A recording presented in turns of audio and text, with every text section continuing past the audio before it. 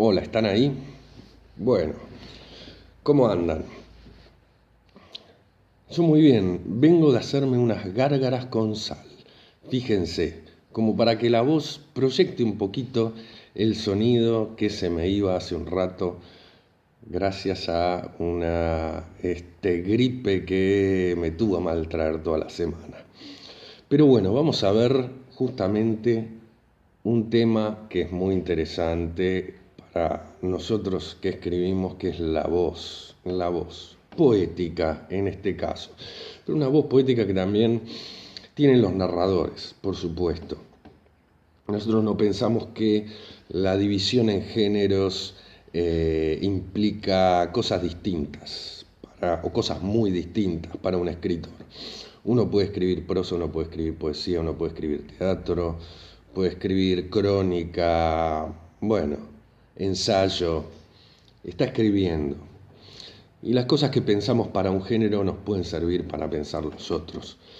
Y esta cuestión de la voz es muy importante, porque tiene que ver con esto, la identidad, la personalidad, lo que uno proyecta, lo que uno desea, lo que uno pone en los textos, ¿no?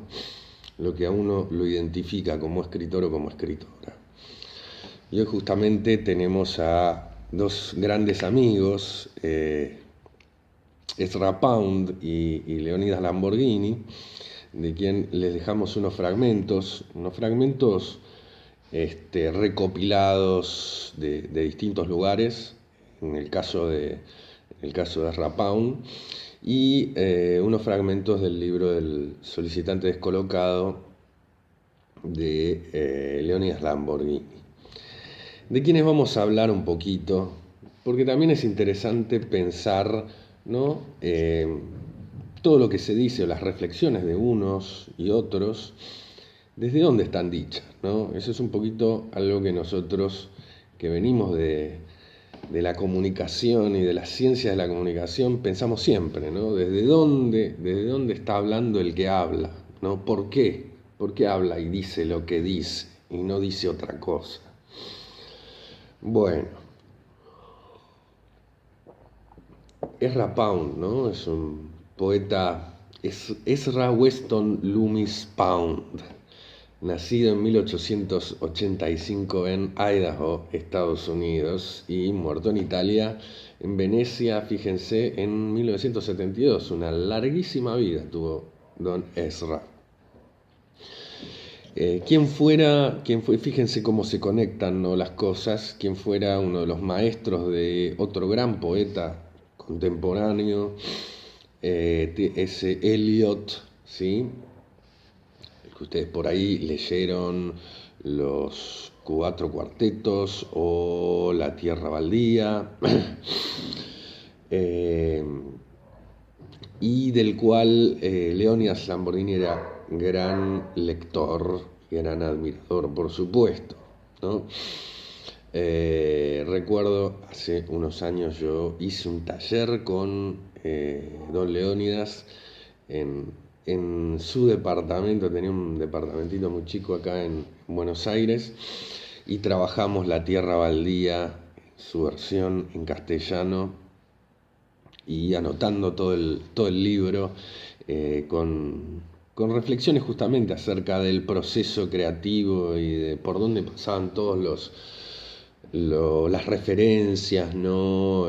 Los materiales de donde venía ese laburo, que fue un laburo muy trabajado con otro gran lector que era Ezra Pound, ¿no? Justamente Eliot se dice que fue el poeta que llegó a ser, ¿sí?, gracias a esa lectura, una lectura como la hacen los escritores, ¿no?, para corregir, para revisar, para cambiar cosas, para podar, ¿sí? Pound ese libro lo leyó y lo trabajó mucho con Eliot, ¿sí?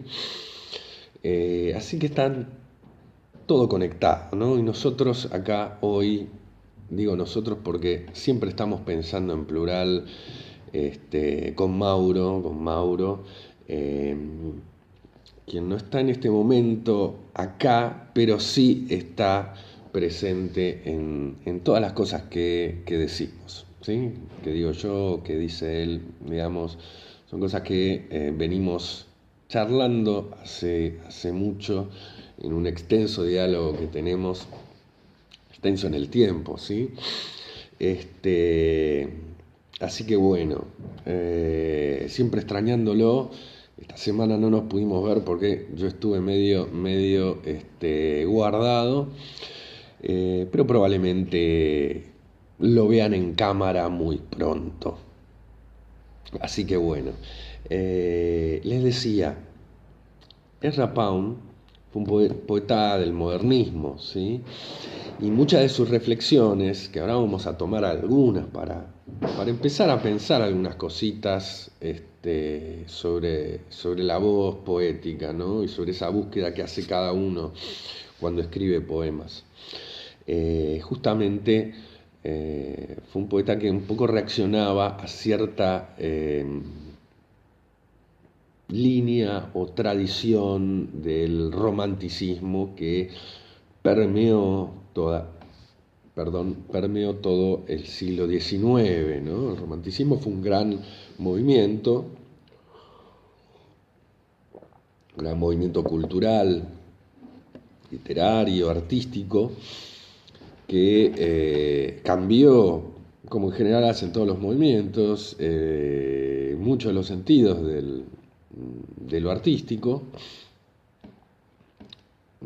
potenció la noción de autor, que hasta entonces no era considerada en forma muy distinta, ¿no?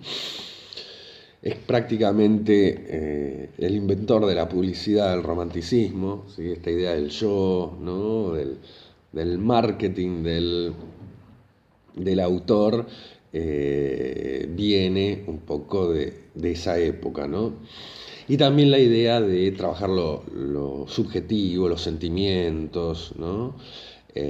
Justamente toda esa explosión romántica es un poco a la que reacciona Pound junto con otra serie de autores,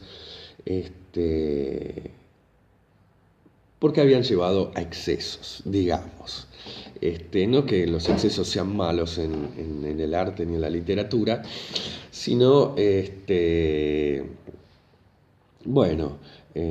general cuando se repiten los recursos durante mucho tiempo y las formas, viene una generación que quiere cambiar, ¿no? En general se vuelve siempre algo que venía de antes o se recombina, ¿no? Y eso hicieron los modernistas, ¿no? El modernismo. Bien. Vamos a leer algunos de los fragmentos, ¿no? E irnos acompañando, pensando juntos estas cuestiones, ¿no? El primero, ¿no? Que tiene que ver con esta idea de el arte es cuestión de goce, ¿no? Como esa, junto con no acepte ningún dogma, ¿no? Tiene que ver con la idea de el placer, el disfrute, la libertad, ¿no? El animarse ¿sí? A romper reglas, a romper estereotipos, a romper lugares comunes, a romper lo que se espera del otro lado, sea el lector, sea el espectador, sea quien esté del otro lado, ¿sí? A romper con lo que se supone que hay que escribir en determinada época o momento, ¿sí? Lo que es bueno, ¿sí? Las ideas de lo que es bueno. Bueno, justamente eso está puesto en juego, ¿sí? Y un poco como venimos diciendo, bueno, es cuestión de que van cambiando tanto las reglas, ¿no? De cierta época, los gustos, ¿no? Lo que es bueno, lo que es considerado buena literatura, lo que es considerada mala literatura. en una época puede cambiar 100 años después, ¿no? Ahora cambia todo el tiempo. Ya estamos casi fuera de la literatura, en una época posliteraria, según algunos teóricos. Pero bueno, estas cuestiones como para irlas pensando, ¿no? ¿Por qué nos sirven a nosotros? Recordarlas o pensarlas. Nos sirven porque, justamente, no estamos atados, a esas leyes. Tenemos una gran libertad y a la vez tenemos una gran desorientación, ¿sí? Por eso leemos todo el tiempo, por eso buscamos en otros autores, porque no hay un mapa que nos diga por dónde ir, por dónde conseguir esa voz, ¿no? De la que hemos hablado en otros momentos. ¿Cuál es esa voz, ¿no? Leónidas Lamborghini. Después les vamos a pasar nuevamente un video que ya publicamos hace un tiempo, pero que empieza con una frase muy interesante que tiene que ver con el no tener voz, ¿no? Eso dice Leónidas, ¿no? Estamos sin voz, estamos buscando esa voz mientras escribimos, pues no sabemos cuál es, ¿no? Entonces también no adelantarse, no pensar, bueno, yo escribo de tal manera, o yo debería escribir de tal manera, por lo que he escrito, por lo que yo pienso. No, experimentar en el propio texto cuál es esa voz. Después, leyéndose uno, dándole a otros también, por eso, a leer, ¿no? Nadie escribe solo. Ese es otro de los grandes mitos del romanticismo, el autor, ¿no? Encerrado en su torre de marfil, inspirado solo por la voz de la musa. No existe. Todo el tiempo, todos los escritores a lo largo de los años han intercambiado con otros, han tenido lectores, más o menos lectores que influyeron en su obra, en su forma de escribir, pero siempre un amigo cercano, una amiga, un colega más o menos confiable, varios, un grupo, ¿no? O lo que es desde hace un tiempo, ¿no? Esta forma de trabajo, los talleres, ¿no? Bueno, antes los llamaban tertulias en otra época, ¿sí? Siempre nos vamos construyendo como escritores con otros al lado, ¿sí? No emplees palabras superfluas, ni adjetivos que no revelen algo, ¿no? Hay varios de estos consejos, ¿no? Que tienen que ver con cortar, ¿sí? Justamente había algo en el romanticismo de esto excesivo, ¿no? De las palabras, ¿no? Que por ahí llevaban un poco a la guitarreada, ¿no? Entonces, ¿qué tema ¿no? ¿Cuáles son las palabras a elegir, ¿no? En el poema? ¿Cuáles son las palabras que quedarán finalmente en el poema después de releerlo, reescribirlo, cortarlo, de agregarle, ¿no? ¿Y cuáles son las palabras importantes y cuáles las que no son tan importantes? Si uno lo piensa desde otro lugar, bueno, siempre hay palabras como clave del poema, palabras del poema, ¿no? Dicen otros autores más cercanos, Santiago Pintagona y Luciano Lutero, en un muy lindo libro que por ahí vamos a acercarles algún fragmento también.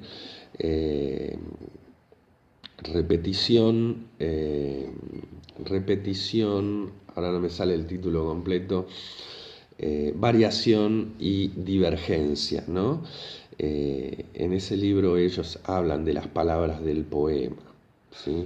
Las que construyen un campo de sentido y otras que son las que acompañan a ese sentido, pero que no son tan importantes. Y en ese caso sí, bueno, son superfluas, son más superficiales.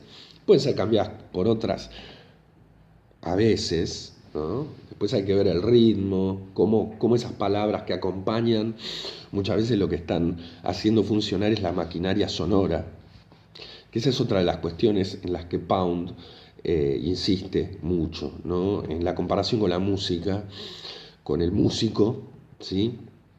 Conoces la asonancia y la aliteración, la rima inmediata, postergada, simple y polifónica. Como un músico debe conocer la armonía y el contrapunto y todas las minucias de su oficio. Ningún tiempo es demasiado para consagrarlo a estos asuntos, ¿no?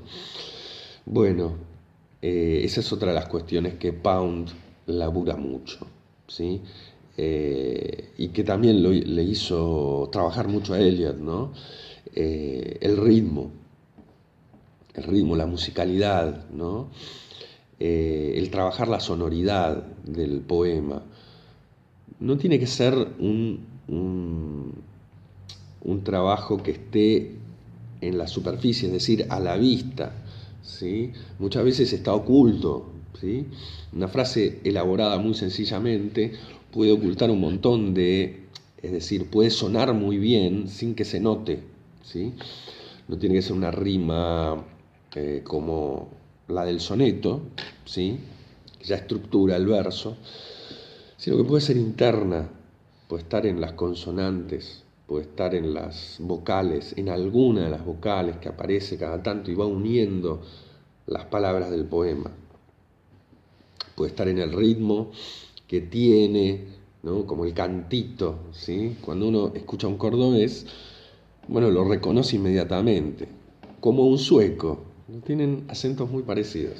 Entonces, fíjense, un sueco tiene como un cantito que tiene cierta musicalidad, ¿no? en las vocales. Bueno, es eso lo que estamos buscando trabajar en el poema, ¿sí? La música, el sonido. Por eso nosotros nos detenemos muchas veces en marcarles alguna punta que tenga que ver con afianzar eso, ¿no? del ritmo de la música.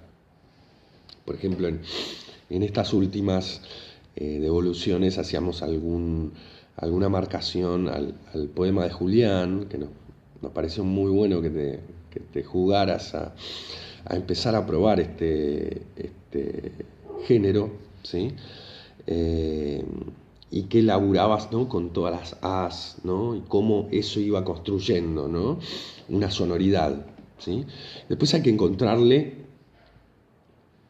el ritmo, encontrarle la variación, ¿sí? Para que no sea solo con ese o que vaya juntándose con otro sonido, ¿sí? También en el de Janis, ¿no? Hay en las imágenes y trabajado en ciertas palabras una sonoridad como bastante para arriba, ¿no? Las as, las is.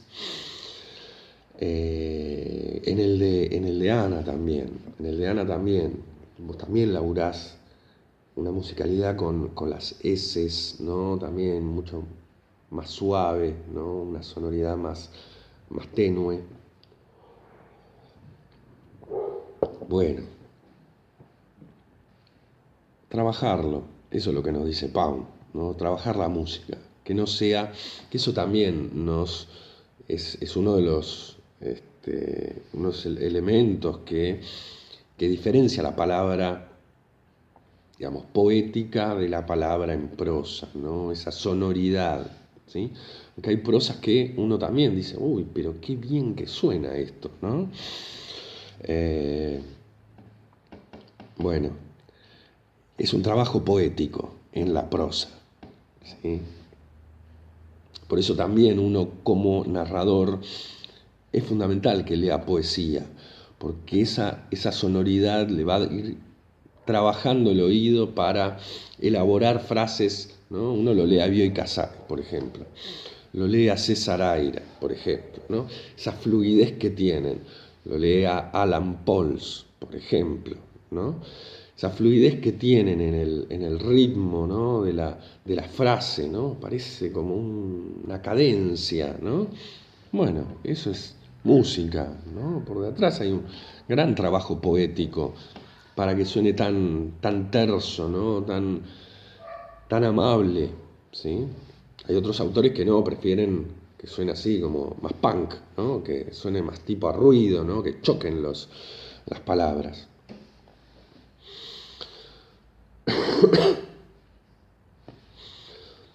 Bien. Después algunas, ¿no? Cuestiones que tienen que ver con el oficio, ¿no? Tu primera tarea es adquirir los instrumentos de tu oficio. No importa para nada quién la escriba, ¿no? Sumamente importante que se escriba buena poesía. No importa para nada quién la escriba, ¿sí? Y nadie ha escrito nunca muchos poemas que de veras importen.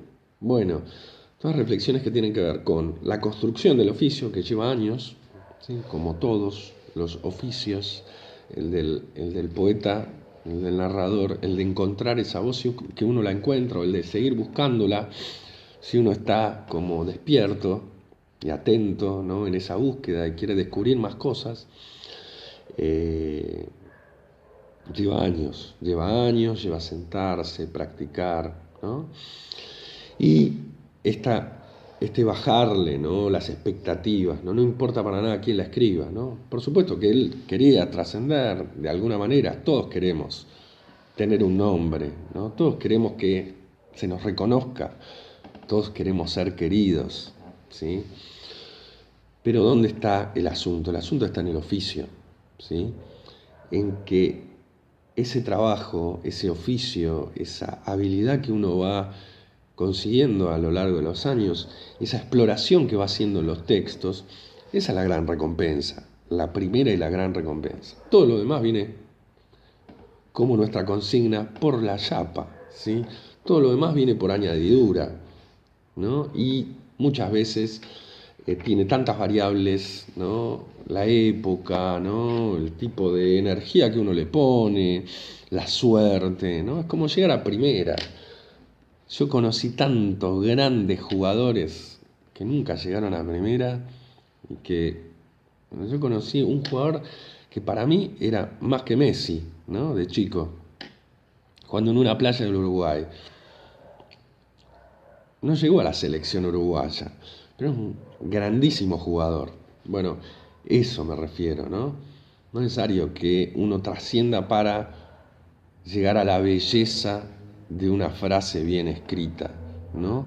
Para descubrir algo del mundo y por supuesto de uno mismo en una escritura. Bueno, llevamos un rato largo, vamos a seguirla en las conclusiones, porque si no, estos videos no suben más. Así que hasta luego.